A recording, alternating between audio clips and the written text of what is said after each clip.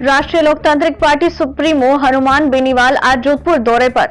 इस दौरान circuit house में मीडिया से बात करते हुए हनुमान बेनीवाल ने प्रदेश सरकार और केंद्र सरकार के बजट को लेकर निशाना साधा। इनकम छूट पर बोले उन्होंने कहा कि प्रदेश के बजट से आम जनता को बड़ी उम्मीद थी, लेकिन आवास बजरी पर कुछ नहीं की। बजरी माफिया पूर्व सीएम वर्तमान सीएम से लेकर केंद्र के मंत्रियों तक के साथ है। भाजपा बिना दूल्हे की बारात है। यहां हर कोई भाजपा में सीएम बनने के सपने देख रहा है। उन्होंने कहा कि अग्निपथ की योजना को लेकर हम आंदोलन रैलियां कर रहे हैं। नवभारत समाचार जोधपुर राजस्थान से संजय सोपा की रिपोर्ट। इसका फायदा मिलेगा। आप ऐसा है, सुनो, गरीब को तो फायदा मिलना चाहिए, मिलेगा। अरे मोदी जी ने तो बजट ही ले लिया हमारा, 10 करोड़ रुपए सांसद ले लिए। इतनी भूख आ गई दिल्ली के अंदर कि एमपी कोटा जो 5 करोड़ होता उसको 2 साल का प्रधानमंत्री ने हमसे कोटा ले लिया। एमपी के सारे अधिकार खत्म कर दिए। सेंट्रल स्कूल में किसी भाई की अगर मदद करने का 10 एडमिशन कराते थे वो खत्म कर दिया। और हमने तो ये भी कहा साहब आप ये रिजर्वेशन और ये जो 10, 15, 20 टिकट देते हो हवाई जहाज ये भी खत्म करो, फालतू का बोझ लेके क्यों घूमो।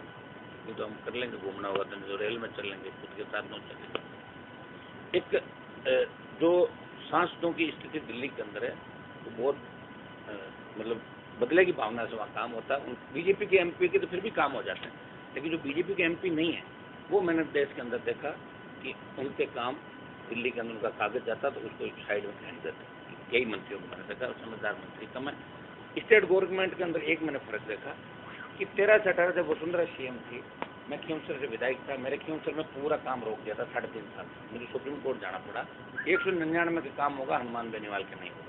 लेकिन इसमें थोड़ा सॉफ्ट अशोक गहलोत बात कर सकते हो कि ये भारतीय जनता पार्टी के लोगों के भी उतना ही काम करता है जितना कांग्रेस के लोगों। सड़कें बनेगी बीजेपी के लोगों, बिजली बीजेपी के लोगों के, पीएचडी की ट्यूब, मतलब हर विधायक को अधिकार। ये सॉफ्ट इस मामले में काम किया, लेकिन भावना के लोग भी काम करते हैं। बेटा हारने के बाद 98 में 3 और 8 से 13 का जो कार्यकाल था, ये कार्यकाल बिल्कुल अलग है। बेटा स्थापित नहीं हो पाए राजनीति में, पायलट सरकार गिरा रहे थे परेशानी के अंदर।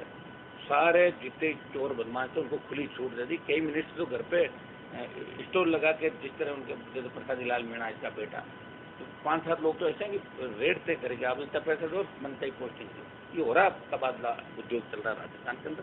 ये इनकी मजबूरियाँ, इनका ये जो कार्यकाल है उन दोनों कार्यकाल की तुलना में अलग तरीके से देखा जाएगा। बहुत कमजोर कार्यकाल सीएम का राजस्थान के अंदर है। लेकिन अगर गरीबों के फायदे की कुछ योजना है और वो लागू होती है तो निश्चित रूप से गरीब को फायदा होता है। इसमें पॉलिटिक्स हम नहीं करते। पूरी विफलता है, पूरी विफलता है, पूरी विफलता। 24 में राजस्थान की जनता सबक सिखाएगी इनको। मैंने बता दिया ना आपको कि 24 के अंदर जीतने में बहुत जोर आएगा, चाहे कोई भी हो। राजस्थान के केंद्रीय मंत्रियों को लोकसभा पहुंचने में बहुत जोर आएगा 24 के अंदर, चाहे मोदी जी की हवा हो और चाहे किसी की भी हो। आरएलपी ने पहले ही स्टैंड क्लियर कर दिया। आरएलपी राजस्थान का पहला दल है और गहलोत और बीजेपी ने आरएलपी को तोड़ने का बहुत प्रयास किया। बीटीपी को तोड़ दिया, बीएसपी को तो पूरा हाथी समेत ले गए कांग्रेस वाले। और आपका वो चली गई लोकदल, चला गया कांग्रेस की गोदी में। कम्युनिस्ट एक बार भागे उधर, एक बार इधर, और लास्ट में कांग्रेस के अंदर। तो आरएलपी है जिसने राजस्थान का मान सम्मान और इज्जत बचाई, तीसरे मोर्चे के रूप में खड़ी है। जब दोनों पार्टी आपस में हाथ मिला लेते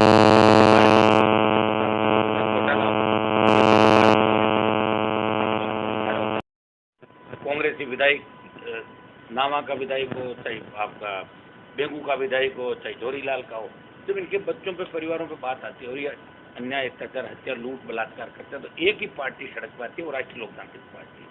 पेपर लीक, रीढ़ से लेके गैंगस्टर, अपराधियों के खिलाफ अगर मोर्चा खोलता हुआ नजर आता तो राष्ट्रीय लोकतांत्रिक पार्टी। राष्ट्रीय लोकतांत्रिक पार्टी लोगों के मन में बस चुकी है। राजस्थान का जवान इस पार्टी को अपनी पार्टी मानता है। पहली बार यूपी, बिहार और हरियाणा के झंडे पकड़ के हमारे लोग नारे लगाते थे। पहले किसान नेता मुश्किल से वो झंडे छुड़ाए हमने, वो झंडे छोड़ के आरएलपी के लोग, ये राजस्थान का जवान महसूस करता है कि हमारी पार्टी है, इस पार्टी को हमें आगे बढ़ाना है और ये भ्रष्टाचार मुक्त राजस्थान देगी।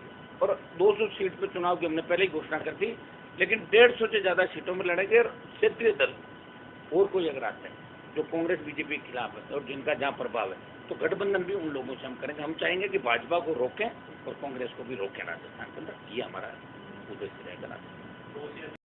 मुख्य मुख्यमंत्री ने, उसमें बजट लीक हो गया।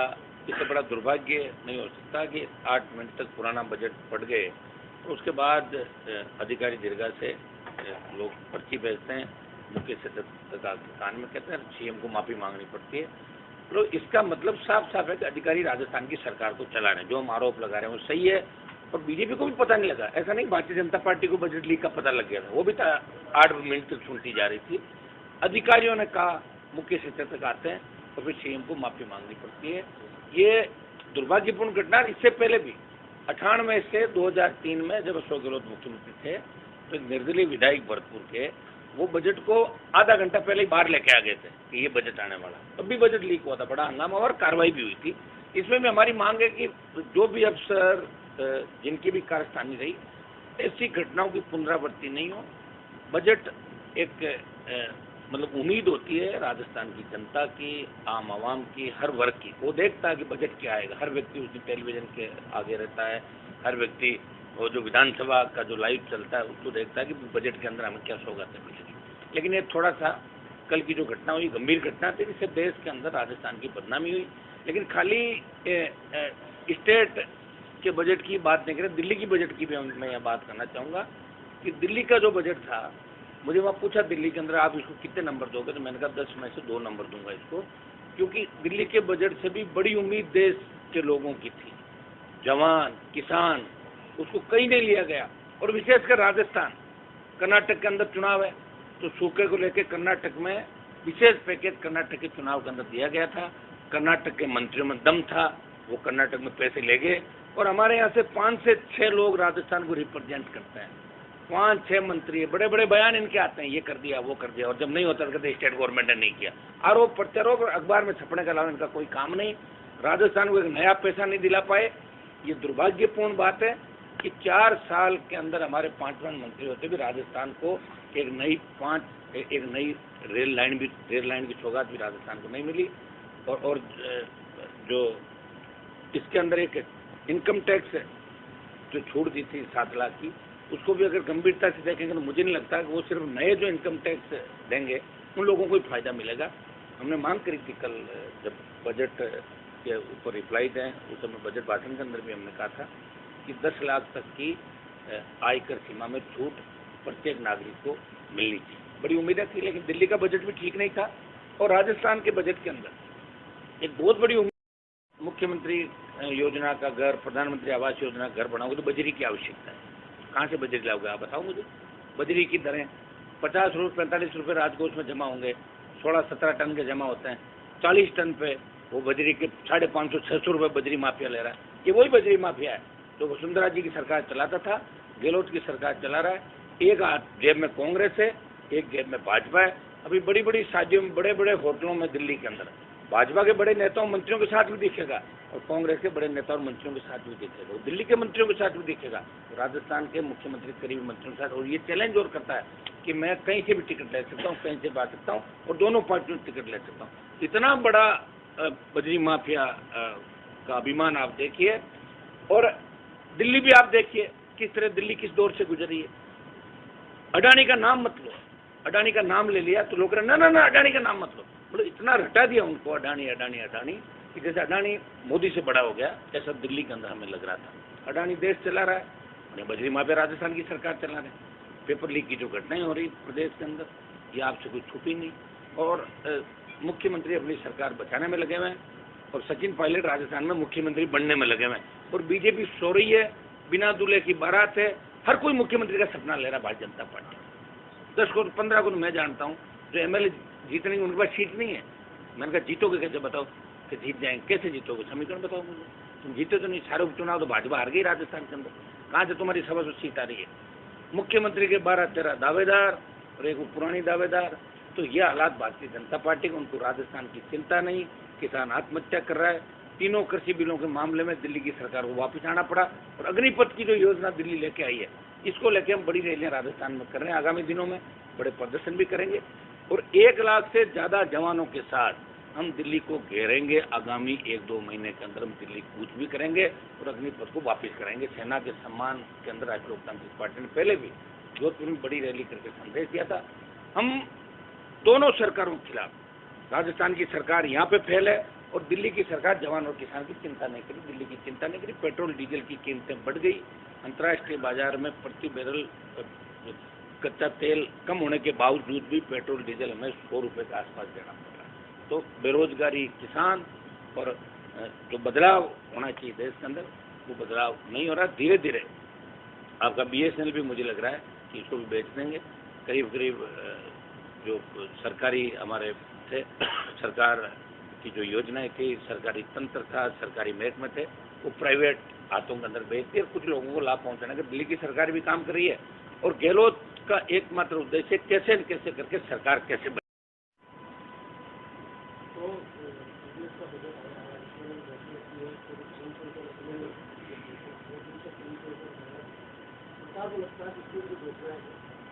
देखिए, घोषणाएं मैं ये कह सकता हूँ कि घोषणाएं अच्छी है, लेकिन क्रियान्वित कैसे होगी आप बताओ मुझे। बजट कहाँ से लाएंगे उसके? क्या जनता पर टैक्स लगाओगे दूसरे तरीके से? इन घोषणाओं से काम नहीं चलेगा, काम करना होगा। पिछली बार के बजट की भी क्रियान्वित नहीं हुई, कई जगहों पे धरातल पर नहीं आई, राशि का दुरुपयोग हो गया, कई जगह काम नहीं हुए। तो वो समझा है जब मुख्यमंत्री, मैं तो ये कह रहा हूँ बजरी की तरह मुख्यमंत्री को कम करने की इमीडिएट, जहाँ बजरी की लीज नहीं है, जहाँ बजरी नहीं निकलती है। मुझे कह रहे हैं गोपालगढ़ एरिया के अंदर भी बजरी चालू है, तो रॉयल्टी के नाके लगा दिए। सारे देश के गुंडे बदमाश यहाँ आगे क्रिमिनल, और आम जिस तरह के हालात हो रहे हैं, बजरी माफिया जिस तरह आतंक फैला रहा राजस्थान के अंदर, इसके भी लगाम लगानी होगी। CM की सरकार मुझे लग रहा है कि बिल्कुल वेंटिलेटर पे हो गई। जिस तरह बजट गलत बजट पढ़ा गया, बजट लीक हो गया, तो इससे मुझे नहीं लगता कि आने वाले समय में हालात ठीक होंगे। हाँ, घोषणाएं, अगर आप घोषणाओं को देखोगे तो घोषणाएं अच्छी है, लेकिन घोषणाओं की क्रियान्वित कैसे करेंगे? तो घोषणाएं अच्छी है, जैसे आपकी गैस सिलेंडर की बात की, या जैसे किसान की बिजली की बात, हम तो करें फ्री बिजली करो किसान की। आप जो कुछ बिजली फ्री करिए हम 2000 यूनिट, हम चाहते हैं कि किसान की पूरी बिजली फ्री करो आप, किसान की जो, और घरेलू उपभोक्ताओं की आधी दर पे आप कर दीजिए। ये कीजिए, आप कोई बड़ा रेवेन्यू नहीं देना पड़ेगा, 10,000 करोड़ के लगभग रेवेन्यू राजस्थान को मिलेगा। और टोल मुक्त की हमारी बात थी, पिछली सरकार ने RLP के आंदोलनों के बाद स्टेट हाईवे टोल मुक्त किए थे, क्योंकि नेशनल हाईवे हो सकता है कि स्टेट गवर्नमेंट के पास इतना रेवेन्यू नहीं हो, वो दिल्ली वालों को शामिल करना पड़ता है। तो स्टेट हाईवे राजस्थान की सरकार को टोल मुक्त करके जनता को राहत देनी थी, ये हमारी मांग है। जब बजट में रिप्लाई दे मुख्यमंत्री, टोल फ्री करे। और जो जितने भी हमारे संविदा कर्मी लंबे समय से आंदोलित हैं, इनकी मांगों पर सकारात्मक विचार करना चाहिए। लेकिन भारतीय जनता पार्टी खाली बेल में नारे लगा के और फोटो छपा के अगर चाहती है कि राजस्थान में हम सत्ता में आ जाए, तो बीजेपी को भी लोग भूले नहीं है। सारे पेपर लीक बीजेपी के टाइम हुए थे, क्राइम भारतीय जनता पार्टी के टाइम हुआ, गैंगवार की घटनाएं बीजेपी के टाइम, वसुंधरा के 3 से 8 और 13 से 18 के जो कार्यकाल थे, उस समय कितने किसान के बेटों के सीने पे गोलियां मारी गई, कितने गुजर मारे गए, कितने जाट मारे गए, कितने मेघवाल मारे गए, SC, ST, OBC पे जो अत्याचार हुए उसको भी लोग नहीं भूलें। इसलिए भारतीय जनता पार्टी को वोट नहीं देना चाहिए। राजस्थान बदलाव चाहता है और राजस्थान तीसरा विकल्प चाहता है, क्षेत्रीय पार्टी को सत्ता में चाहता है राजस्थान का जमा। आने वाला फिल्म देना होगा, और मुस्लिम जो कल कह रहे थे कि हिमाचल में उससे फायदा मिला है उनको, तो यहाँ पे भी फायदा मिल जाएगा। आपको लगता है कि कांग्रेस का जो बड़ा स्मार्ट सिस्टम चल रहा है, चुनाव में फायदा मिलेगा? वो तो सारे ही करते हैं चुनाव के टाइम, तो कांग्रेस बीजेपी का इनका काम ही ये होता है। OPS से फायदा मिलेगा क्या कांग्रेस? ना, मेरी बात सुनो, उसका मुझे नहीं पता कि फायदा मिलेगा। ये तो चुनाव के टाइम ही पता लगता है किसका फायदा मिला और किसका नहीं मिला। आप देखते हो लोग काम भी कराते हैं, हार जाते हैं। जनता को ये लगता है, और जैसे कर्मचारी तो बहुत इंटेलिजेंट होते हैं, कई बार अपन लंबे समय तक संघर्ष करते हैं और और संघर्ष के बाद मिलती है तो जनता भी पता क्या कहती है, हमें बहुत तंग किया है, क्या इलाज करेंगे, वो मन में बैठ जाती है। उसका क्या होगा ये तो चुनाव ही बता पाएंगे फायदा। लेकिन मैंने तो OPS की बात दिल्ली के अंदर भी की कि गोल्ड लागू होनी चाहिए पेंशन की। मैंने 2 दिन पहले मामला उठाया था, केंद्र सरकार को भी योजना लागू करनी चाहिए, पैरामिलिट्री फोर्स से लेकर तमाम जो की बात मैंने